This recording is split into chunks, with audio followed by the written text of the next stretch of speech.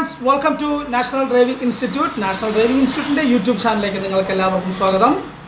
പ്രത്യേകിച്ചും വാഹൻ സാരഥിയുടെ 4ാമത്തെ എപ്പിസോഡിലേക്ക് സ്വാഗതം. നമ്മൾ 3 എപ്പിസോഡ് പറഞ്ഞു. ഒന്ന് അതിൻ്റെ സാരഥിയെക്കുറിച്ചുള്ളൊരു എക്സ്പ്ലനേഷൻ, രണ്ടാമത് അതിൻ്റെ ഏജ് പ്രൂഫ്, അഡ്രസ് പ്രൂഫ്, അതിന് വേണ്ട രേഖകളെക്കുറിച്ച്, മൂന്നാമത് എങ്ങനെ ആപ്ലിക്കേഷൻ ഓൺലൈൻ ചെയ്യാം എന്നുള്ളത്, അതായത് ഫോട്ടോ സിഗ്നേച്ചർ വരെ തീർന്നു. നാലാമത് അതിൻ്റെ ഡോക്യുമെൻറ്റ്സ് എങ്ങനെ അപ്ലോഡ് ചെയ്യാം എന്നുള്ളത്. ഈ ഡോക്യുമെൻറ്റ്സ് അപ്ലോഡ് ചെയ്യുമ്പോൾ നിങ്ങൾ പ്രത്യേകിച്ച് ശ്രദ്ധിക്കേണ്ടത് ജെ പി ജി ഫയലായിരിക്കണം. പിന്നെ അതിൻ്റെ റെസൊല്യൂഷൻ 300 KB താഴെയായിരിക്കണം. അതിൽ കൂടുതലാണെങ്കിൽ നിങ്ങൾക്ക് അപ്ലോഡ് ചെയ്യാൻ പറ്റില്ല. അത്രമാത്രം ശ്രദ്ധിക്കുക. പിന്നെ നമ്മൾ എങ്ങനെ ആൾറെഡി ഇപ്പോൾ അപേക്ഷിച്ച് വെച്ച് കഴിഞ്ഞാലും നിങ്ങളത് രണ്ടാമത് ഈ നിങ്ങളുടെ ഡോക്യുമെൻറ്റ്സ് അപ്ലോഡ് ചെയ്യാൻ വേണ്ടി നിങ്ങൾ സിസ്റ്റം ഓൺ ചെയ്യുകയാണെങ്കിൽ അതേപോലെ തന്നെ വാഹന സാരഥിയുടെ സൈറ്റിൽ പോയി അതിൻ്റെ താഴെ കാണുന്ന ലെഫ്റ്റ് സൈഡിലുള്ള മെനു ക്ലിക്ക് ചെയ്ത് കഴിഞ്ഞാൽ അതിൽ ആഡ് ഡോക്യുമെൻറ്റ്സ് അല്ലെങ്കിൽ ഡോക്യുമെൻറ്റ്സ് ആഡ് ചെയ്യുന്നതിനെ കുറിച്ചിട്ടുള്ളൊരു ഓപ്ഷൻ ഉണ്ട്. അത് ക്ലിക്ക് ചെയ്ത് കഴിഞ്ഞാൽ പിന്നെ നിങ്ങൾക്ക് നിങ്ങളുടെ ആപ്ലിക്കേഷൻ നമ്പർ, ഡേറ്റ് ഓഫ് ബർത്തും അടിച്ച് അതിൽ എൻ്റർ ചെയ്ത് കഴിഞ്ഞ് പിന്നെ പഴയ പോലെ തന്നെ ആയി അതിൽ ഓരോന്നോരോന്ന് നിങ്ങൾക്ക് ചെയ്യാൻ പറ്റും. അത് എങ്ങനെ ചെയ്യുന്നത് എന്നുള്ളതിന് ജസ്റ്റ് ഒന്ന് കണ്ടു നോക്കും. ഫോട്ടോ സിഗ്നേച്ചർ കഴിഞ്ഞാൽ ഡോക്യുമെൻറ്റ്സിലേക്കാണ് പോകേണ്ടത്. നെക്സ്റ്റ് ക്ലിക്ക് ചെയ്യാം.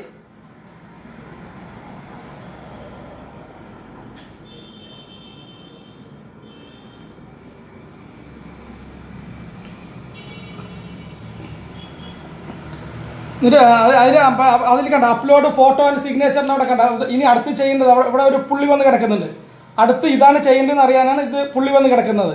ഇത് മാറ്റിയാൽ അത് മാറിപ്പോൾ മാറ്റണ്ട. ഇത് ഓരോന്നോരോന്നായി ചെയ്തു വരണം. ഇത് കഴിഞ്ഞാൽ നേരെ പ്രൊസീഡ് കൊടുക്കുക. പ്രൊസീഡ് കൊടുത്തു കഴിഞ്ഞാൽ അടുത്തേക്ക് പോകും. ഇതിന് കുറച്ച് സമയമെടുക്കും. അതുകൊണ്ട് ക്ഷമയോടുകൂടി പറയണത് ശ്രദ്ധിക്കുക. എൻ്റെ മാക്സിമം ഒരു പരിമിതി വെച്ചിട്ടാണ് ഞാൻ ഇതൊക്കെ ചെയ്യുന്നത്.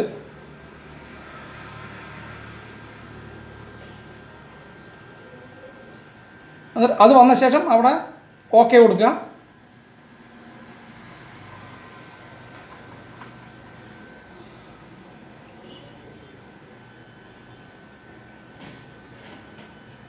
പിന്നെ അതിലിനി ഡോക്യുമെൻറ്റ്സ് അതിൽ ഓരോന്നോരോന്ന് സെലക്ട് ചെയ്ത് കൊടുക്കുക. ഡോക്യുമെൻറ്റ്സ് സെലക്ട് ചെയ്യുക. ഡോക്യുമെൻറ്റ്സിന് എന്താണ് ഏജ് പ്രൂഫ്, അതിൽ താഴെ കിടക്കുന്നുണ്ട് ഏജ് പ്രൂഫ്, അഡ്രസ് പ്രൂഫ് എന്ന് വരിവരിയായിട്ടുണ്ടായിരുന്നു. ഇതിൽ ഏജ് പ്രൂഫിന് നിങ്ങൾ ഏതാണോ കൊടുക്കുന്നത് പറഞ്ഞാൽ ആ സർട്ടിഫിക്കറ്റ്. ഇപ്പോൾ ഇതിൽ വെച്ചിരിക്കുന്ന SSLC ആണ്. അതുകൊണ്ട് SSLC ക്ലിക്ക് ചെയ്യുക. അതിൽ കയറി വന്നു.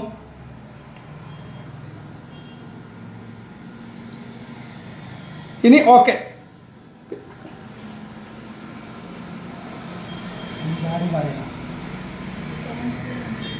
അപ്പോൾ അതിലൊരു മിസ്റ്റേക്ക് വന്നുകൊണ്ട് അതിനെ ക്യാൻസൽ ചെയ്യുകയാണ്.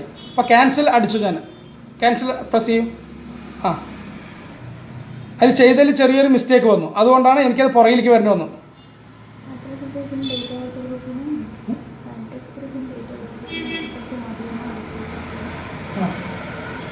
ഇതാ വീണ്ടും ഞാൻ തിരിച്ചു വരുന്നുണ്ട്. SSLC ഡോക്യുമെൻറ്റ്സ് ഏജ് പ്രൂഫിനുള്ളത് ഏജ് പ്രൂഫ് കൊടുത്തു. പിന്നെ അടുത്ത സർട്ടിഫിക്കറ്റിൻ്റെ കൊടുത്തു. അടുത്തത് ഇപ്പം നമ്മൾക്ക് അതിൽ ഞാൻ തിരിച്ചു വരാനുള്ള ഒരു കാരണം, അതിൽ ആ ഡോക്യുമെൻറ്റ്സ് ചോദിച്ചിരിക്കുന്ന ഏജ് പ്രൂഫിനും അതായത് പെർമനൻ്റ് അഡ്രസ്സും ടെമ്പററി അഡ്രസ്സും ഒരേ പ്രൂഫാണ് കൊടുത്തിരിക്കുന്നുള്ളൊരു ക്വസ്റ്റ്യൻ ആയിരുന്നു അവിടെ വന്നിട്ടുണ്ടായിരുന്നത്. അപ്പോൾ അത് ഓക്കെ ആയതുകൊണ്ട് അതിനെ ക്യാൻസൽ ചെയ്തിട്ട് വീണ്ടും ഇതിലേക്ക് വന്നു. അതല്ലെങ്കിൽ നമ്മൾ അടുത്ത സ്റ്റെപ്പിലേക്ക് പോകണം. അത് സെയിം ആയതുകൊണ്ട് ഞാൻ അതിലേക്ക് പോയില്ല. ഡിഫറെൻ്റ് ആയുള്ളവർക്ക് അത് ഓക്കെ കൊടുത്തിട്ടാണ് പോവുക കേട്ടോ.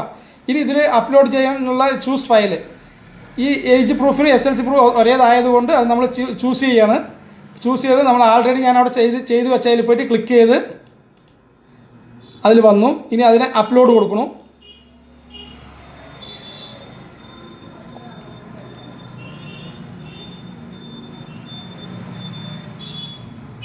ഇനി ഇത് കൺഫേം ചെയ്യണം. അത് നിങ്ങൾ ഓക്കെ ആണോ ചോദിച്ചിട്ട് അതിൽ കൺഫേം കൊടുക്കുക. ഇപ്പോൾ കൺഫേമായി.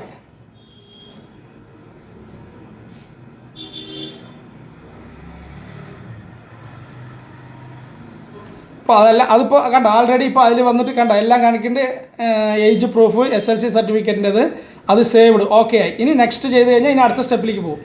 ഇനി അടുത്ത് നമ്മൾക്ക് പോകേണ്ടത് വേണ്ട അവിടെ മുകളിൽ നോക്കൂ ഡോക്യുമെൻറ്റ്സ്. ഇനി ബാക്കിയുള്ള ഡോക്യുമെൻറ്റ്സ് അഡ്രസ് പ്രൂഫ്, പിന്നെ കണ്ണിൻ്റെയാണ് ഫോം 1 ഐ ടെസ്റ്റ്. ഫോം 1ഉം ഐ ടെസ്റ്റും പിന്നെ പെർമനൻ്റ് അഡ്രസ്സൊക്കെയാണ് ചോദിക്കുന്നത്. അപ്പോൾ അതിൽ ഇനി ഓരോന്നോരോന്നായിട്ട് നമ്മൾ കൊടുത്ത് പോകണം. അതിന് അടുത്തത് അഡ്രസ് പ്രൂഫ്. അഡ്രസ് പ്രൂഫിന് വേണ്ടിയിട്ട് ഞാൻ ഇതിൽ വെച്ചിരിക്കുന്നത് ആധാർ കാർഡാണ്. അപ്പോൾ ആധാർ കാർഡ് സെലക്ട് ചെയ്തു.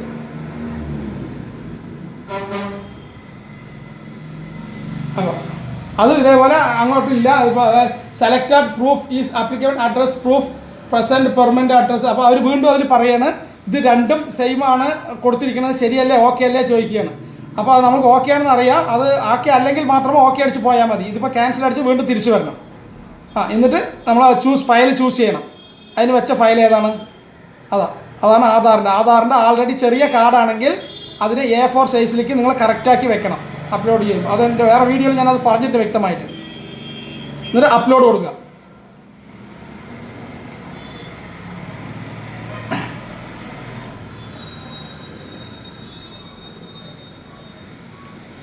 അപ്ലോഡ് കൊടുത്തു കഴിഞ്ഞാൽ അതിപ്പോൾ അതിൽ വന്നു. ഇനി അതിനെ കൺഫേം ചെയ്യണം. ഇപ്പോൾ കഴിഞ്ഞ പ്രാവശ്യം ചെയ്ത പോലെ തന്നെ കൺഫേം ചെയ്യാം. ഇനി അടുത്തത് ഫോം 1A നോക്കൂ. അവിടെ സെലക്ട് അത് ഓപ്പൺ ആക്കിയപ്പോൾ ഇതിൽ ആരോയിൽ തൊടു, അതിൻ്റെ മുകളിലത്തെ ആരോയിൽ തൊട്ട് മുകളിൽ അതിൽ തന്നെ കുറച്ചും കിട്ടും. ആരോയിൽ തൊടു അവിടെ കണ്ട അത് പോയി. അവിടെ ഓപ്പൺ ചെയ്ത് കഴിയുമ്പോൾ ഇനി അടുത്ത് നിങ്ങൾക്കുള്ളത് ഫോം 1A. ഫോം 1A എന്ന് പറയുന്നത് സെൽഫ് ഡിക്ലറേഷനാണ്.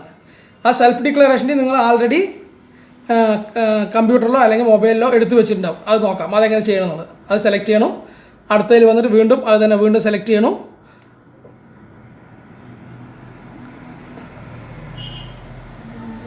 പിന്നെ ചൂസ് ഫയൽ കൊടുക്കുന്നു.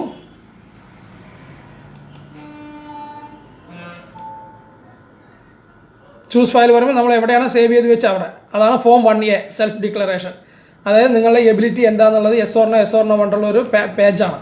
അത് ഡബിൾ ക്ലിക്ക് ചെയ്ത് കഴിഞ്ഞാൽ അത് സേവ് ആവും, അപ്ലോഡ് ആവും. ഇനി അപ്ലോഡ് കൊടുത്തു. വെയിറ്റ് ചെയ്യണം. എന്നിട്ട് അതിന് ശേഷം അത് ക്ലിയർ ആയ ശേഷം വീണ്ടും കൺഫേം ചെയ്യാം.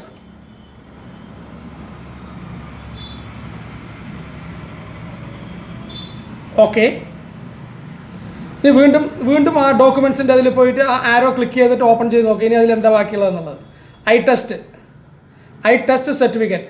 ഐ ടെസ്റ്റിൻ്റെ അതും അതേപോലെ തന്നെ ക്ലിക്ക് ചെയ്തു. സെലക്ട് അടുത്ത പ്രൂഫിൽ പോയിട്ട് അതിൻ്റെ പ്രൂഫുണ്ട് നമ്മളെ കയ്യിൽ, അത് സെലക്ട് ചെയ്തു. എന്നിട്ട് വെയിറ്റ് ചെയ്യണം. വെയിറ്റ് ചെയ്യണ സമയത്താണ് കുറച്ച് നേരം വെയിറ്റ്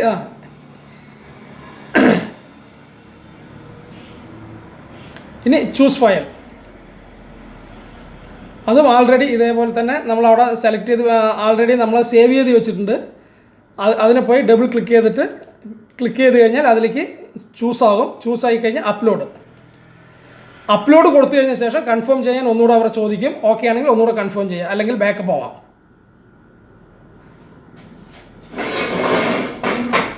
കൺഫേം.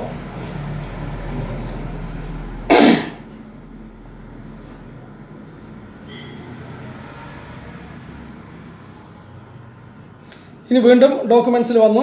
ഇനി അതിലെന്താ ബാക്കിയുള്ളത് നോക്കാം. Permanent address. വീണ്ടും പെർമനൻ്റ് അഡ്രസ്സ് കൊടുത്തു.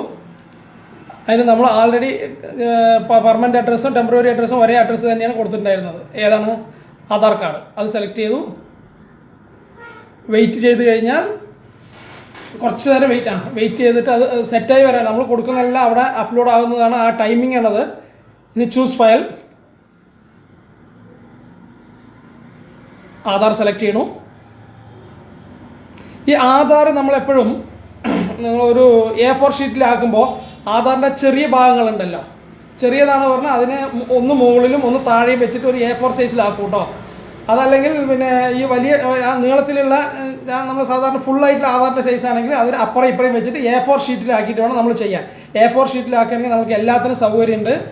എല്ലാം ഒരേ സൈസായിട്ട് അതിൽ ഇൻക്ലൂഡ് ചെയ്യാൻ പറ്റും. ഇനി അപ്ലോഡ് കൊടുക്കാം.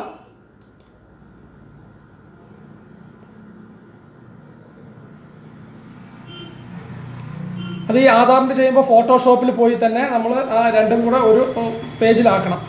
ഈ കൺഫേം ചെയ്യാം.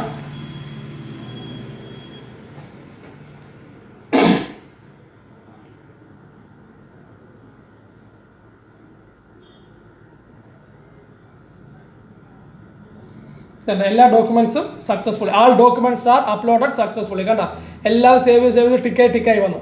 ഇനി അടുത്ത് നെക്സ്റ്റ് പോവാം. അടുത്ത നെക്സ്റ്റ് അടിക്കാം.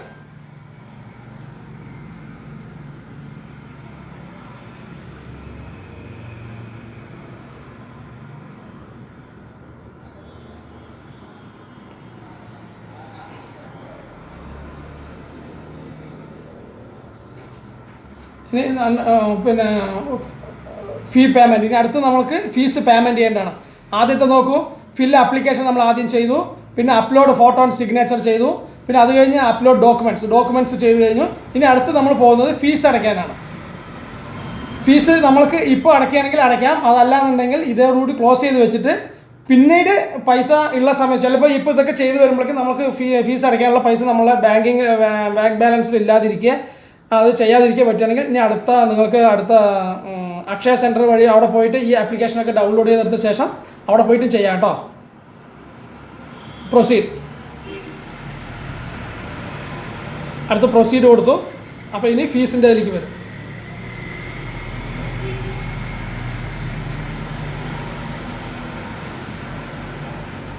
അപ്പോൾ ഇതത്രയും ചെയ്തതിന് നിങ്ങൾക്ക് വന്നിരിക്കുന്ന പൈസ 1405 രൂപയാണ്. കണ്ടോ, 1405.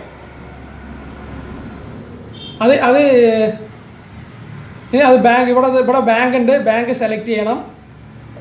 സെലക്ട് ബാങ്ക് വേണമെന്ന് പറഞ്ഞാൽ നിങ്ങൾക്ക് ഏത് ബാങ്ക് എന്ന് പറഞ്ഞാൽ അതിൻ്റെ മറ്റേ ആരോയിൽ വെച്ച് കഴിഞ്ഞാൽ ഏതൊക്കെ ബാങ്ക് എന്നുള്ളത് അവിടെ ഓപ്പൺ ആവും. ഇനി ട്രഷറി ഉണ്ട്, ട്രഷറിയിൽ വേണമെങ്കിലും ചെയ്യാം. അത് നമുക്ക് ഏതാണ് നമ്മളിഷ്ടം അതിനനുസരിച്ചിട്ട്. പിന്നെ അതിൽ ആ ക്യാരക്ടേഴ്സ് കണ്ട, ഇവിടെ കണ്ട ക്യാരക്ടേഴ്സ് കണ്ടതാ, ഈ ക്യാരക്ടേഴ്സ് ഇവിടെ ഈ പറയുന്ന ഈ ക്യാരക്ടേഴ്സ് ഇതിലടിച്ചു കൊടുക്കണം. 1 2 H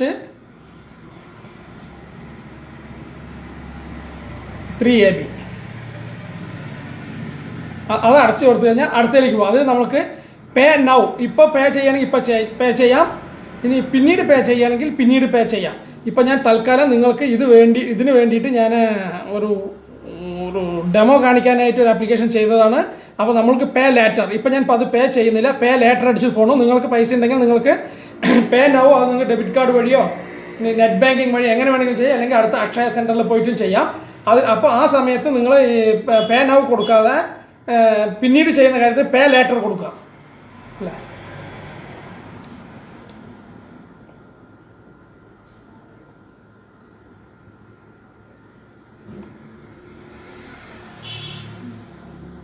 ഏകദേശം ഇത്രയും കഴിഞ്ഞു. ഇപ്പോൾ നിങ്ങളുടെ ഏകദേശം എല്ലാ ഫംഗ്ഷനും ആപ്ലിക്കേഷൻ കഴിഞ്ഞു. ഇനി ഈ അപ്ലൈ ചെയ്തതിൻ്റെ എന്നിട്ടൊരു ഫോം കൊടുക്കില്ല. ഇപ്പോൾ നിങ്ങൾ ആൾറെഡി നിങ്ങളുടെ എല്ലാ കാര്യങ്ങളും ചെയ്തു കഴിഞ്ഞു.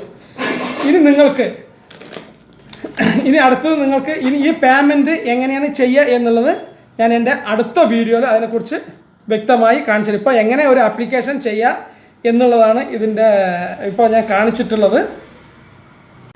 ആൾമോസ്റ്റ് ഇപ്പോൾ നിങ്ങൾക്ക് ഏകദേശം ഒരു വാഹൻ സാരഥിയിൽ എങ്ങനെ ആപ്ലിക്കേഷൻ ചെയ്യാം, ഡോക്യുമെൻറ്റ്സ് അപ്ലോഡ് ചെയ്യാം എന്നുള്ളതിനെക്കുറിച്ച് അത്രയും അറിവുകൾ ഞാൻ ഓരോ 4 വീഡിയോകളായിട്ട് നിങ്ങൾക്ക് ചെയ്തു കഴിഞ്ഞു. അപ്പോൾ ഈ വീഡിയോ ഉൾപ്പെടെ ഇതിലോടുകൂടി ഡോക്യുമെൻറ്റ്സും കൂടി ക്ലിയർ ആകുമ്പോൾ നിങ്ങളുടെ എല്ലാ കാര്യങ്ങളും ക്ലിയർ ആയി കഴിഞ്ഞു. അപ്പോൾ ഇപ്പോൾ റീസെൻ്റ്ലി നിങ്ങളുടെ ആപ്ലിക്കേഷൻ ഓക്കെ ആയി കഴിഞ്ഞു. ഇനി നിങ്ങൾക്ക് അടുത്ത സ്റ്റെപ്പ് നിങ്ങൾക്ക് പോകേണ്ടത് നിങ്ങളുടെ പേയ്മെൻറ്റാണ്. ആ പേയ്മെൻറ്റ് എങ്ങനെ ചെയ്യാം? ആ പേയ്മെൻറ്റ് ഇപ്പോൾ നിങ്ങൾ അപേക്ഷ ചെയ്ത് വെച്ച് ചിലപ്പോൾ അപേക്ഷ ചെയ്ത് കഴിയുമ്പോൾ നിങ്ങളുടെ അടുത്ത് പൈസ ഉണ്ടാവില്ല, അല്ലെങ്കിൽ നിങ്ങളുടെ അക്കൗണ്ടിൽ പൈസ ഉണ്ടാവില്ല, അതല്ലെങ്കിൽ ഞങ്ങൾക്ക് നെറ്റ് ബാങ്കിങ് ഉണ്ടാവില്ല. അടുത്തൊരു ഭാഗത്ത് പോയിട്ട് നിങ്ങളിത് പേയ്മെൻറ്റ് ചെയ്യാൻ പോവുകയാണെങ്കിൽ നിങ്ങൾ അടുത്ത ഒരു കഫേയിൽ പോയിട്ട് പിന്നീട് നിങ്ങളുടെ നെറ്റ് ബാങ്കിങ് വഴിയോ അല്ലെങ്കിൽ നിങ്ങളുടെ വേറെ ഏതെങ്കിലും അക്കൗണ്ട് വഴിയോ നിങ്ങൾ പേയ്മെൻറ്റ് ചെയ്യാൻ പോവുകയാണെങ്കിൽ അത് എങ്ങനെ ചെയ്യാമെന്നുള്ളത് ഞാൻ അതിൻ്റെ അടുത്ത വീഡിയോയിൽ ഞാൻ നിങ്ങൾക്ക് അതിനെക്കുറിച്ച് വ്യക്തമായിട്ടുള്ള എക്സ്പ്ലനേഷൻ തരാം. ഈ വീഡിയോ ഇഷ്ടപ്പെട്ടെങ്കിൽ നിങ്ങൾ ലൈക്ക് ചെയ്യൂ, ഇഷ്ടപ്പെട്ടില്ലെങ്കിൽ ഡിസ്ലൈക്ക് ചെയ്യേണ്ട. അറിയാത്ത ആൾക്കാർക്ക് വേണ്ടി പറഞ്ഞതെന്നാണ് ഞാൻ കഴിഞ്ഞ വീഡിയോയിൽ പറഞ്ഞ പോലെ തന്നെ. പിന്നെ നിങ്ങളുടെ പുതിയ അറിവുകൾക്കായി നിങ്ങൾ എൻ്റെ യൂട്യൂബ് ചാനൽ സബ്സ്ക്രൈബ് ചെയ്യുക, കൂടെ ബെല്ലൈക്കൺ അമർത്താനും മറക്കരുത്. ഇത്രയും പറഞ്ഞുകൊണ്ട് ഐ ആം ജഗദീഷ്. ഇനി കാണുമ്പോഴേക്കും ഗുഡ് ബൈ.